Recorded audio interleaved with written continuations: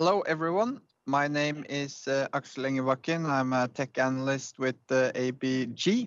So it's my pleasure to welcome you all to this conference call with Napatech. And together with me, I have the CEO, Ray Smets, and he will take us through an update of the business, and then we'll do a Q&A after that. So with that, Ray, I'll hand it over to you. Thank you, Axel. And thank you to everybody that's viewing our webinar here. It's a pleasure to be involved in the ABG Investor Day presentation. I'm Ray Smets. I'm the CEO of Napatech. I am currently located in San Francisco. I was hoping to be in Copenhagen this week, but we all know there's a global pandemic going on. It's probably at this stage of the game, getting close to a vaccine, probably best not to push our limits here. So it's great we can do this via virtual presentations. I'm going to review with you a standard and somewhat specialized investor presentation. If we have existing investors, you may have seen some of these slides before. Obviously, I'll keep things simple for our new investors as well. My goal here today is to give you an idea about our business and how we're focusing our business and what the opportunities look like for success for Napatech. So with that, let's jump into the presentation. Next slide, please. So by way of introduction, we're a Danish technology company. We've been in business since the early 2000s timeframe. We are focused on building something called a smart NIC. A smart NIC is like this device right here. They're small, and I'll tell you a little bit more about them in just a bit. But the business is very interesting for us because these have a very important part of the expansion of applications in the cloud and in data centers. So we'll talk about the validity of this in just a bit. What its purpose in life is to accelerate compute-intensive applications that run on servers. And pretty much the way the market is going, everything is running and everything is an application that runs on a server. So we sit in a very, very important part of what we believe is a massive movement in the marketplace towards applications running on servers. We have been in business for quite some time. We have employees that have well over 10 years of experience in technology, building this technology with Napatech.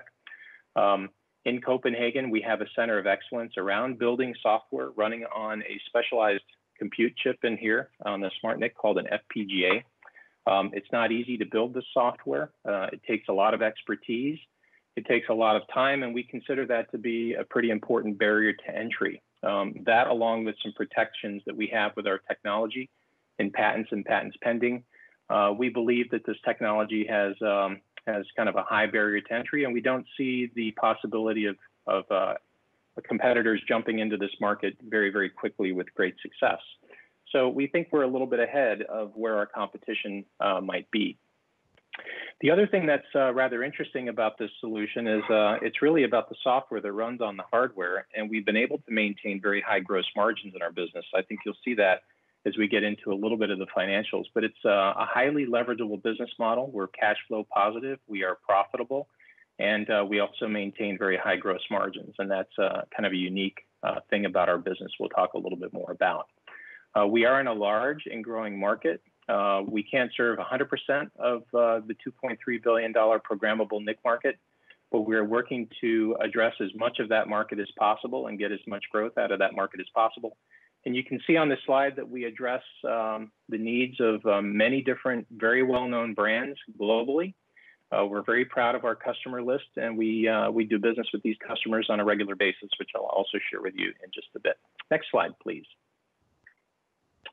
So as I had mentioned, our focus of our business is around the deployment of these smart NIC cards that you see on the bottom of the screen. These are very high-performing hardware solutions that run software that allows customers to offload applications that run on servers to run on these little cards. So these are really specialized to run applications that are CPU hungry.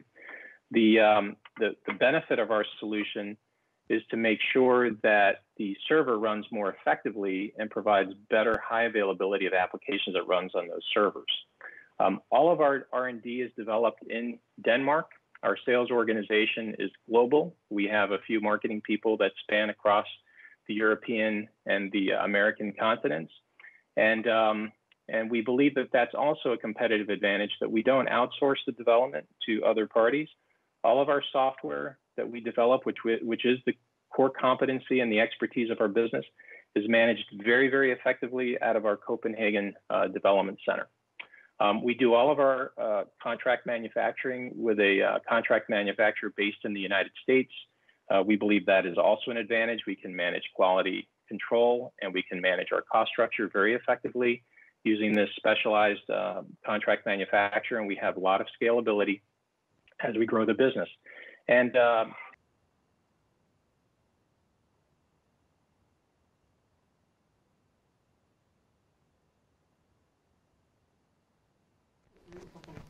I'm sorry to interrupt, but your sound just went off.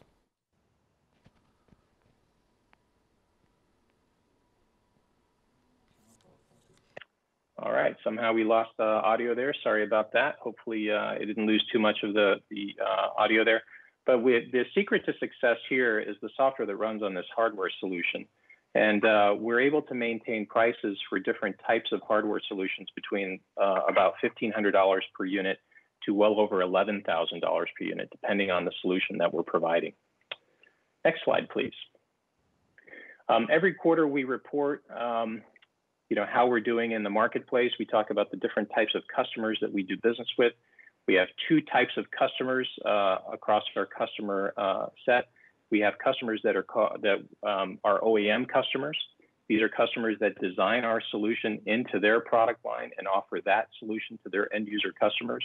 These are OEM customers like Cisco or like IBM or like Corville and other customers like that, where we basically work with these customers to design our solution into their product line, and we have a recurring long-term relationship with these types of customers.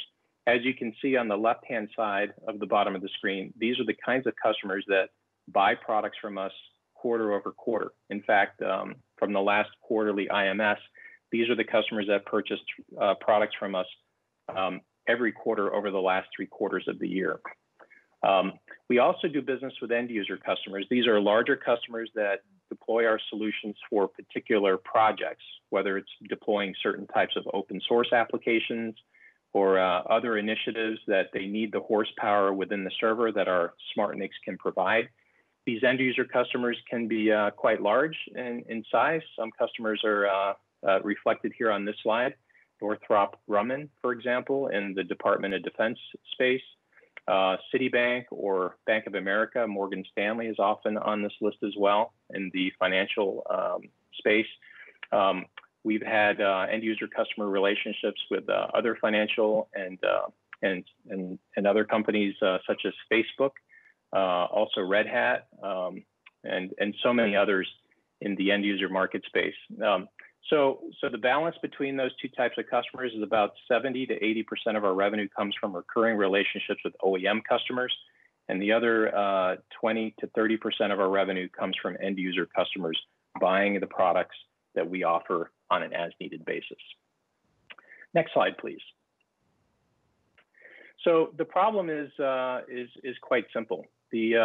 Everything is moving towards an application running on a server. So everything that used to be built for hardware as a hardware solution is now becoming a software solution that runs as an application on top of a server.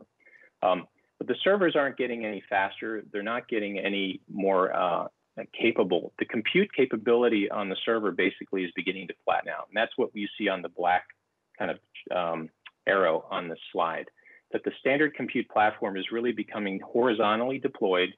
The goal for the people deploying those servers is to keep those costs as low as possible, but the processing requirements needed by applications isn't going down, it's going up. So the problem that exists within this particular part of the market is how do you get more horsepower over on your standard compute platform without increasing the cost of the standard compute platform? The solution is essentially by adding a SmartNIC. The SmartNIC basically fits into the server and basically provides the horsepower necessary to run the applications on those standard open servers. Next slide, please. So really, at the end of the day, the goal here is that the SmartNICs are used to accelerate applications on the standard open servers. The benefit to the end user is they achieve faster application performance for business critical applications. They get significant capacity improvements from increased data throughput needed by these applications. It frees up many different aspects of the data center. You need less servers, you need less server CPUs, you need less floor space, you need less energy consumption. And that is the underpinnings of the improved TCO that customers get from deploying our smart NICs within their standard open server environments in their data centers. We do business across many different sectors within the marketplace that can consume our product and are deploying in data centers. That's in the cybersecurity, monitoring, infrastructure, cloud and edge, mobile and financial sectors. We talked a little bit about some of those applications just a few moments ago by looking at some of the brands that buy our products. And at the end of the day, the use cases are varied. They use our solutions basically to accelerate applications that require a lot of compute, a lot of CPU horsepower. And those applications are used across network monitoring and cybersecurity primarily, but in many different application segments. Next slide, please. What's driving the market are megatrends. And we've heard about these megatrends from the industry analysts that are reporting on them. But basically, as I had mentioned, we see a massive movement of network architecture going from hardware designs to applications running on open servers, so a software-defined network architecture. So the catalyst for the market that we exist within is that networks are being built in very different ways today than they were 10 years ago. Networks are being built as a massive deployment of servers with applications that run on top of the servers. So the horizontal market that we address is every single server has multiple slots where smart NICs can be deployed. And the goal here is to run more intensive compute applications on those standard open servers on top of these smart NIC cards. So the NIC market is growing because the server market is expanding dramatically due to the mega trends that this market is addressing. So we have a very, very nice fit within a extremely large potential for growth in the markets. So next slide, please. Just to give you a sense for how we fit within the total market, if you look at the total NIC market, which is it's a very broad market. There's three kinds of NICs that are being developed. The basic NIC and the offload NICs are two categories of network interface cards that have been around for a number of years. Those are dominated by very, very large companies like Intel, Broadcom, and Mellanox, where they own the majority of the market share in the basic NIC and the offload NIC markets. But the newest part of the market is the programmable NIC market, and that is the market that we address. This is the market that maintains a much higher cost and higher gross margin, if you will, from the product that we provide, because it provides ultra high performance and functionality.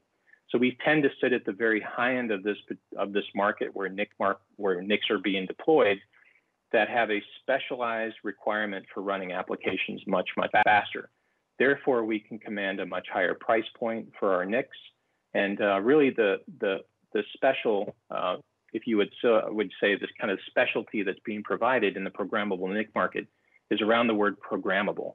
The basic NIC and the offload NIC markets are hardware. And they're pretty much the capability of those solutions are really hardware-based capabilities. The unique capabilities within the programmable NIC market is that everything is based on software. So our ability to develop features, functions, and meet the needs of the ever-changing market is all software-based rather than hardware-based. So we tend to focus a little bit on the actual physical hardware design of this solution. But the real secret to our success in getting into this market and growing is really around the software aspect of our business. And that is what we're most proud of. That is really the secret to the Napatech success. So we've been able to attain a top 10 position within this very large market. We're number 9. And you can see we sit amongst some very large brands within this particular market. And I'd like to dive in a little bit more deeply into the programmable NIC market on the next slide. So the slide I just showed you was for all of 2019. This is specifically for the data presented by industry analysts around Q2 itself. You can see in the programmable NIC market, we compete with the likes of Marvell and Broadcom, which are shown on the right-hand side of this pie chart. But it's worthy to note on the left-hand side of this pie chart, a very large player in this particular market noted here is Microsoft. Microsoft Azure has made a decision to deploy smart NICs within the Microsoft Azure domain. They have selected a solution that includes a chip that's on the board called an FPGA, which is the same chip that we use to develop our software, but they only use the product themselves. So they're included in the market, but they're actually self-build and self-consumer of this particular solution, but they are included in the market for market share of tracking purposes. So they do not sell their solution to other customers. On the vendor side, the second half of this pie chart are vendors. These are companies who build their solutions for others to consume, like Napatech does. Napatech sits as the number 3 position of the vendor side of this particular market, with about 5.2% of that market behind Broadcom and Marvell. We have a solution that we focus on that is called an FPGA, which is a specialized super high performance chip that we build onto our hardware solution, and we build all of our software to run on that. And it gives us a special capability to provide specialized software capability to accelerate applications in the network and the cybersecurity domain. So we're very happy with the solution. The FPGA is the predominantly used microprocessor chip in this particular part of the market. And Napatech is the largest provider of software on the FPGA that sells to other customers on the vendor side of this market. So we're very happy with our position here. And the reason why we like to show this information is to demonstrate that we have a lot of room to grow. Next slide, please. So if we stack all of the 3 parts of the NIC market up, you can see the basic NIC is the blue box is here. The offload NIC is the green part of the market. The orange part of this bar chart is the programmable NIC market. And you can see currently in the last year, it was about 400 million of a 1.7 billion total market in 2019. If you just look at the orange box alone on this chart, it's intended to grow to about 2.4 billion of a 4.5 billion total market. It is the fastest growing part of the NIC market. It is the market that's addressing the need for the faster application compute needs. It also maintains a higher price point. That's why we're seeing a much faster growth rate as reported by industry analysts. That is the market that we're focused on. And once again, the intention of showing this is to demonstrate that we do have sufficient headroom for growth within this market. And we hope to address that with the solutions that we're building. Next slide, please. I'm not going to go through too much detail about our Q3 financials. There's a lot of information in the public domain about our Q3 results. But on the next slide, please, I just want to point out a few things about how we're doing in 2020. The company is performing quite well. It's nice to see as a public company at the size that we are a growing company with a significant growth rate. In Q3, we had a 22% growth rate over the prior year. We're profitable. We have gross margins of roughly 71 to 72%. We have positive free cash flow, and we have positive and growing EBITDA and EBITDAC. So our positive year to date so far, we have positive earnings, and this is a very good place for us to be. We promised, and we have built a leverageable business model, keeping our operating expenses in check, but growing the top line significantly, and that's generating some very positive results for the business. And next slide, please. The next couple of slides are really intended to show what the year-over-year growth rates look like for revenue and cash flow. And the next slide also presents a bit of the same kind of story for EBITDAC and overall earnings. So just to show that the performance of the business has been quite positive, and we continue to feel very confident about our business as we're going through Q4 and planning to go into 2021. The next slide, please. Just a quick note about our outlook. Our guidance for 2020 has been noted and published. We have plenty of information out in the open domain. Public domain about this. We are feeling very confident about our ability to hit our guided ranges. These are all upped since the Q2 IMS, and we're very confident about our ability to achieve results within these ranges for the full year of 2020. So next slide, please, in summary, just to bring this to close within the 20-minute allotted time. We feel like Napatech provides a very interesting investment case for investors. Both existing and investors are buying in on a significant growth potential within a very important part of the overall server and application market. We're stable and we're growing. The company is doing quite well. We have stable employees, we have stable customers, we have a growing marketplace, and we have a lot of work we're doing to address that market and grow.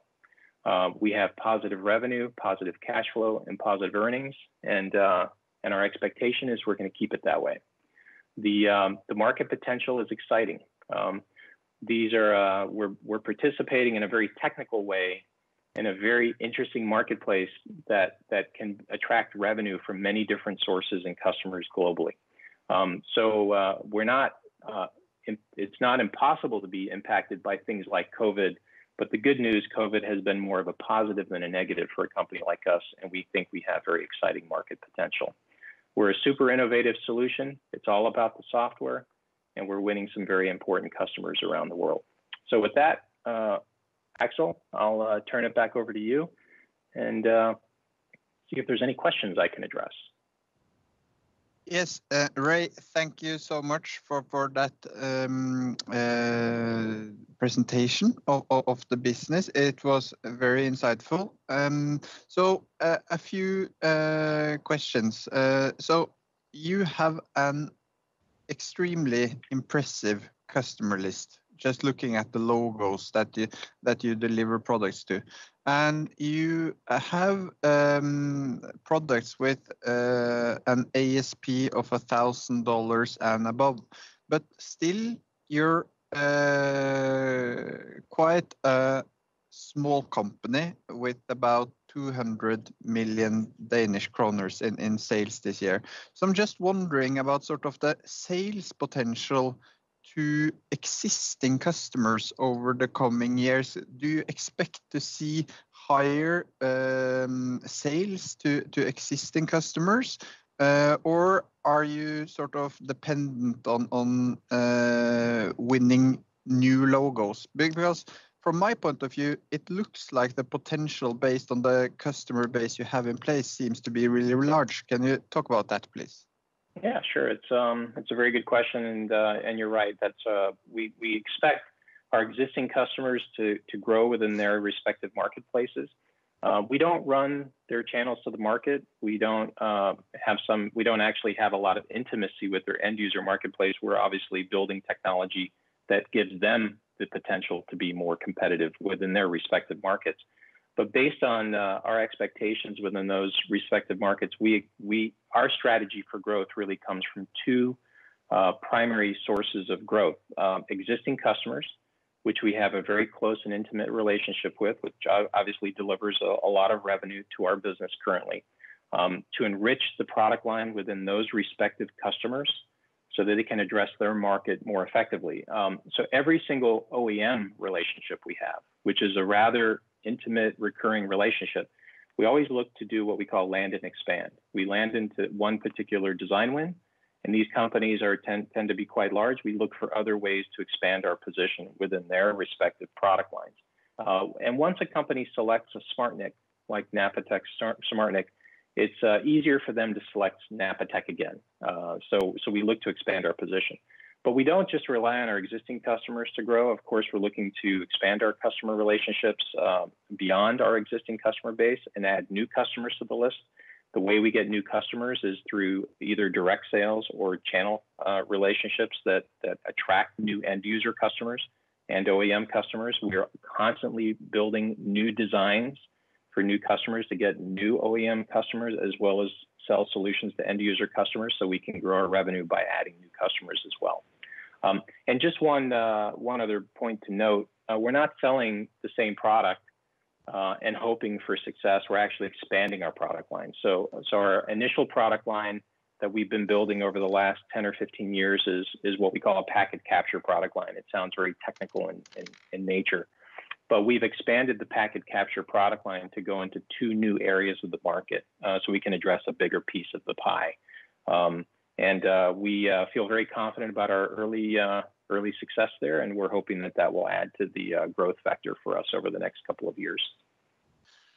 Yes, thank you for that answer. And I will do a follow-up a question on the product roadmap, because I know that you have been investing in the area of virtualization solutions, and I think personally that this is a really exciting opportunity.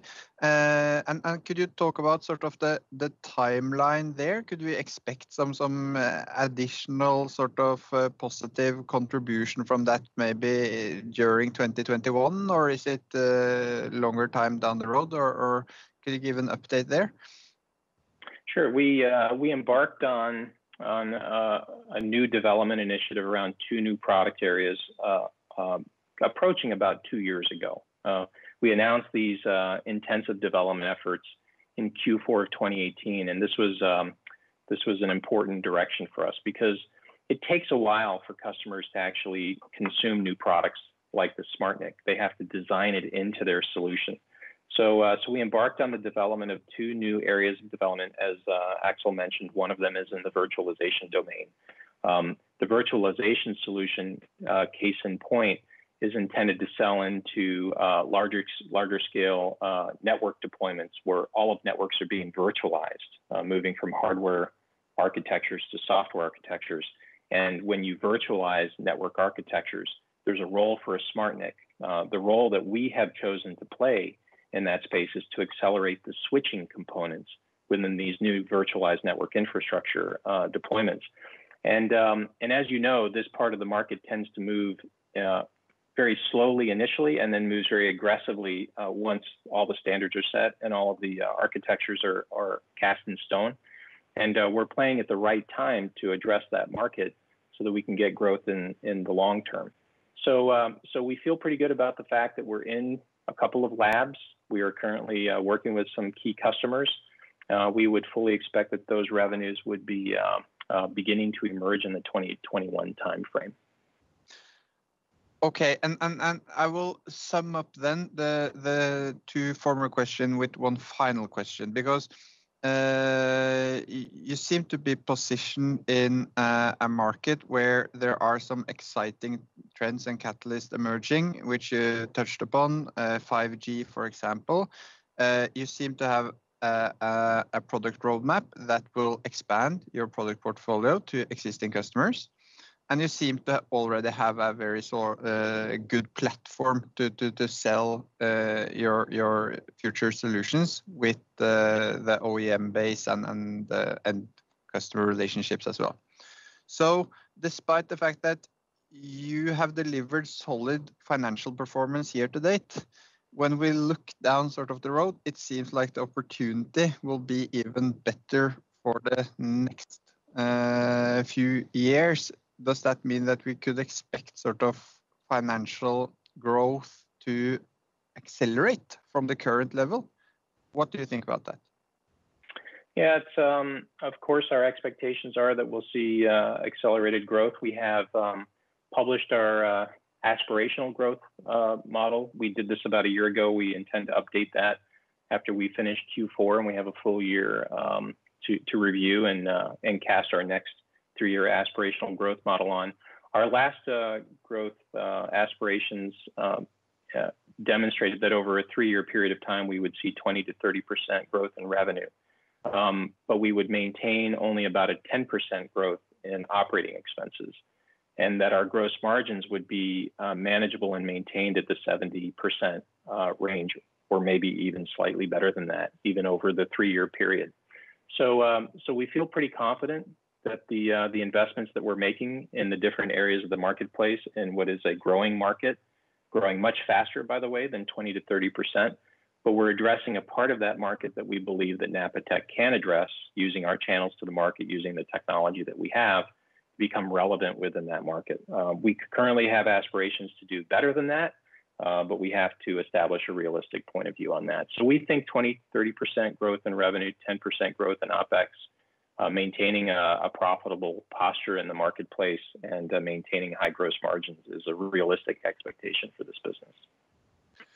Very good. I think that was a very good wrap up from your side, and I think that with that I will thank you, Ray, for a very insightful update on the business, and I will also thank everyone who have participated and watched, and I will just leave the word with you for a final message to the participants.